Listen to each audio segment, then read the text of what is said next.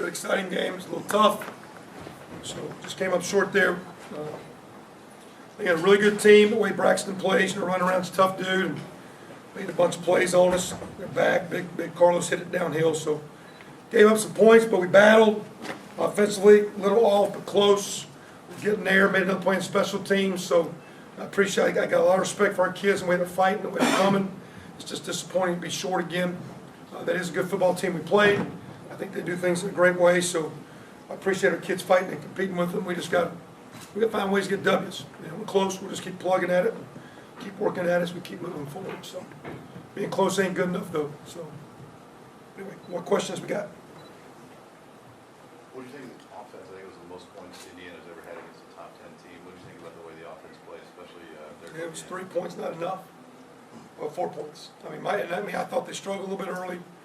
We went and 8 at the end just because you're down 3 scores, give them a little bit of work, and then get hot and make a play and get an offside kick. And he had a couple of nice drives, but Cam, if we don't have some drops in the first half, Cam's going to be a little bit better. Didn't think he was horrible. We didn't have an interception. We were lucky. They dropped a couple. I think Cam had one at the end and Nate had one at the end. So or Cam had one earlier. So my deal is if you can't, it's a team game. So if you can't score, they got to hold them to 2 or 3. And if they can't stop them, you got to score, 52 is what it needed tonight. So I never looked at, hey, you scored. It's never offense against defense. It's the dynamic of putting it together. And sometimes your offense is going to struggle and your defense and special teams need to cover. Sometimes your defense is going to struggle and your offense has to cover. And so it's just, again, we're not into stats of most points and not getting a W or something. So that's, so we can throw that one out. We don't want to be known for that. Coach, Good question, but keep that in positive. Coach, the time of possession after the third quarter was 2-1 in favor of Ohio State. 4 of your first 5 drives were less than a minute long. So to what degree, if any, do you feel like fatigue wore down your defenders? A little bit. Third down stops, our first 2 or 3 and outs. And, they got a pretty good defense now. They just kind of, initially was playing base. And same time in our first 2 drives, we had 2 drops. We had a wide open guy on a boot pass play too that we just missed the guy. So of our first 6 plays, we had 2 drops that moved the chains and a wide open guy that we just missed. And that's going to happen when you got kids playing. You're going to be off, but Ohio State's going to do a great job running the ball. A lot of their pass game comes off of play action, so it's high percentage, so the clock's going to move. We're right now, without being dominating with big linemen or tight ends or big backs and not having a running quarterback, we got to make our plays a little bit more in space throwing, and that just leads to a formula where, the numbers are off. But, when you look at time of possession, they had 79 plays and we had 78. So if we're having a home run derby, they got one more swing than we did. And so it's really about snaps and plays. And, when they're milking the clock and running, what's the time of possession? They had the ball for 13 more minutes. Got one more snap. So in some ways, I think that's why their defense fatigued, because you're repping plays fast, and they got tired as well. So that time of possession is always when the clock's running. The only thing I like about time of possession is that minute and a half we got off the end of the first half, because we were just trying to get to the locker room. So I appreciate the way that first half ended. Coach, what positive things do you take away from this game to make you better next week? I think our team has shown repeatedly the way we came back game 2, the way we battled game 2 when Trey got hurt, the way we came back game 3, second half at Northwestern, the way we competed last week, this week. I think our team believes in itself, and they keep playing. They play hard. They keep coming. We're not getting results we want, and we don't want to be, like the Old Testament with a group that was wandering in the desert and started doubting things. We're going to keep coming. We're going to stay on track. We're going to keep doing what we're doing because what we're doing is working. We don't have results yet, but what we're doing is gaining. What we're doing is working, and we're challenging some seniors and leaders to keep this thing going because we're close to having some success. And it's not because we had a close score. We've had repeated. We've had 3 weeks in a row where we've had a kickoff return, then we've had a onside kick, and today a blocked punt where we have scored points in 3 different special teams. You can probably go back a long time if we're doing stats over there. And when's the last time we had 3 straight games of special team scores in 3 different phases? That's showing to me a team that's getting better. So we're getting better. We just Got to keep working, and even when we start having W's, you got to keep working when you're getting W's. We're gaining on it when we're not having game success, and when we start having game success, we got to keep gaining on it. Because our whole deal is teaching these guys every day, get a little bit better, and it's not just on the field. Get a little bit better, everything you're doing, and keep coming every day. You mentioned getting a little bit better. What do you feel like you improved on the offensive side of the ball this week as opposed to last week against Michigan State? Well, again, we still, we only had 24 rushes for 129, so the yards per okay, you're pushing 5 yards, but we got to keep getting the run game going. We're a little limited there. The percentages were 28 of 54. That's got to be in the 2 out of 3. If you look at that, that's 28 and 24. That's 52 positive plays.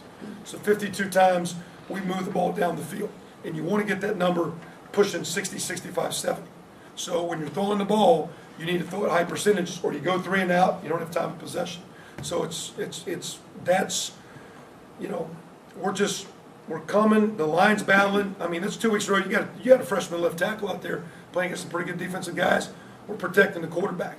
We got to keep the run game going. We got to keep staying physical. I still think the offense is in the first half. No disrespect, that's a great defense. We stopped ourselves, and I kind of got after the offense a little bit. But the only thing stopping us is us. We got to move past beating ourselves. So, offense is coming, team's coming. We still got a lot of work to do. Tackling, good at times, bad at times. What's your evaluation of it? The same. I actually saw something today because, I kind of follow what like Coach is saying. Coach Kelly's doing saying like we don't work on it. Sometimes personnel. In space, that guy made a guy miss.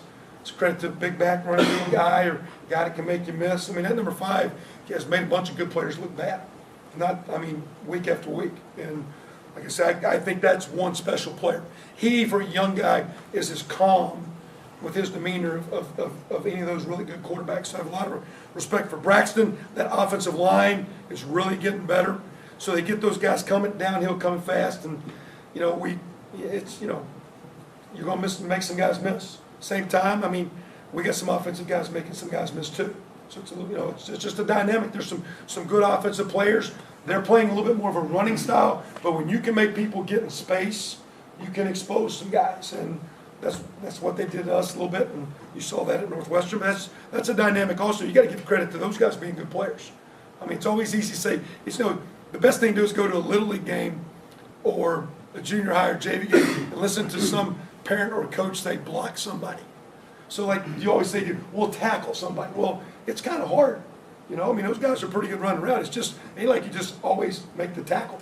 Those are good players. So we keep working on it, but it is a dynamic of college football. Tackling has decreased year after year, and that's why there's not as many great defenses as there used to be. Kevin, did you say you put Nate in when you were down 15 just to get him some It was work? 18. We thought, 5 minutes, we're still going. Matter of fact, we lined up the punt. I said, what am I punting for? I said, what do you guys think? They said, let's go for it. We're like, it's like, hey, we're trying to, keep it where we don't lose bad or lose by as much. What is the difference between losing and not losing as much? If you lose, you lose. So, so I'm like, what am I thinking? That breaks everything I'm back. So, we're just trying to get him some work. He got hot. Again, those guys have been very, very close. I thought, again, early today, Cam played well enough, didn't deserve to come out, as far as what he was doing.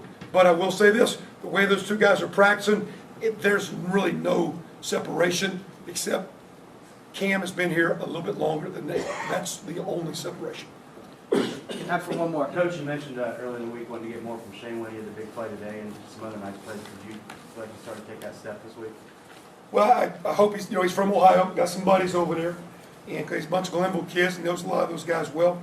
I think our team did. I was really worried, and I told the team today, I said, I read a line of his prayer, I said, don't you worry, let me do that. You guys need to go play and attack and trust yourself and get after it. But I was concerned, as hard as we played last week, not because could we dig deep and come play hard again? Because I thought our guys really flew around and played at a pretty high level last week. And I didn't know if we could fuel that tank up again, pin our ears back and go.